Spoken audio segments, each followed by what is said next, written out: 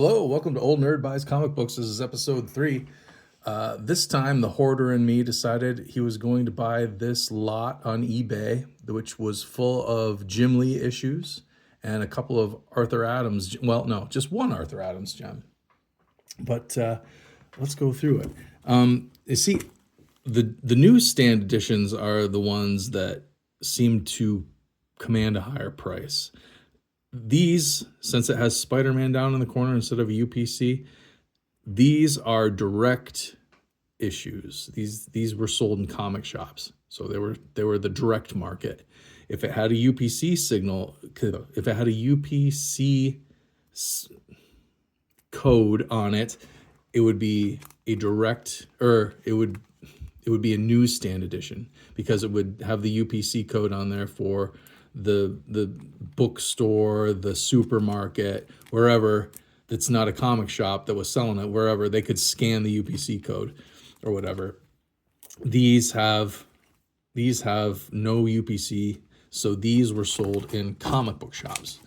But for some reason, I would rather see this than a UPC code on the cover personally.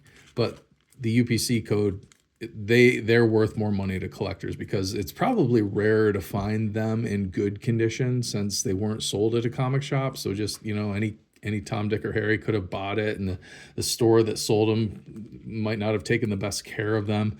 So it's probably more rare for the UPC covers to be in good shape. That's my guess. I don't know, but yeah, I got a nice run, 262 all the way through. Well, we skip right there. We're skipping over 264 and 5, or 265 and 266, and then we come to this iconic cover right here. Jim Lee drawn Black Widow, Captain America, and Wolverine. This is a flashback story from World War. Oh no, is it? I can't remember now. Is it a flashback story to World War II? I think they're they're actually in Madripoor or wherever Wolverine's solo series was taking place at the time. Maybe, I can't remember now. It's been so long since I've read these. But Rogue versus Miss Marvel. That's another iconic cover right there. And then we go into the Extinction Agenda. This was one of the very last summer crossovers, I think, before everybody left Marvel. Before Chris Claremont, who had written the X-Men for 15 years at this point, he left Marvel. Jim Lee left Marvel. Todd McFarlane, all went and formed Image. Chris Claremont didn't, but the other guys, all the artists left and formed Image Comics.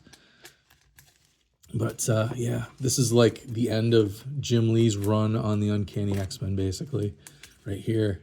This issue always kind of bothered me. I never bought it that Gambit could beat Wolverine in a fight. That never sat well with me. That didn't make sense to me. But whatever. You gotta pump up your characters somehow. Have them beat somebody that's probably stronger than them and better fighter than them. And then we start going into, I think, who took over after?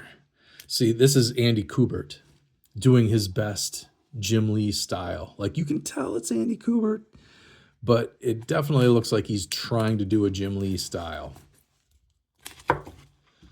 And that's the end of that run that I got in this eBay lot. Here's the real reason I got it. This is the key issue, this annual. It's drawn by one of my favorites of all time, Art Adams. But this is a key issue because of why, I forget. Something to do with Franklin Richards anyway, and Nathan Summers and Cable, and it's really confusing. Ahab's the bad guy. But yeah, this is a key issue. This one goes for some good money and good shape, and this copy's in really nice shape. And then there's Uncanny Annual 15, which also came with it, which I don't care about. I mean, it's got this Mike Mignola cover, and that might be the only thing that really makes it stand out at all. The Kings of Pain. This was what they did, like the annuals all crossed over at this time.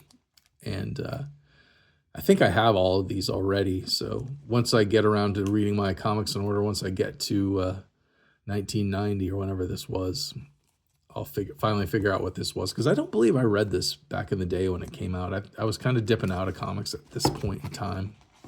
But anyway, yeah, there's some recent pickups for my future possible comic book store, bookstore, movie store. Maybe I'll do it, maybe I won't, hypothetically. But if not, I've got some nice copies to have, then I can just kind of sell them off as I go. We'll see. But for now, I'm holding on to them, and or maybe I'll trade a couple of them. We'll see. But anyway, yeah, that's Old Nerd Buys Comics episode 3. You see anything you like, comment down below. Otherwise, like, share, and subscribe. Thanks for watching. I'll talk to you next time.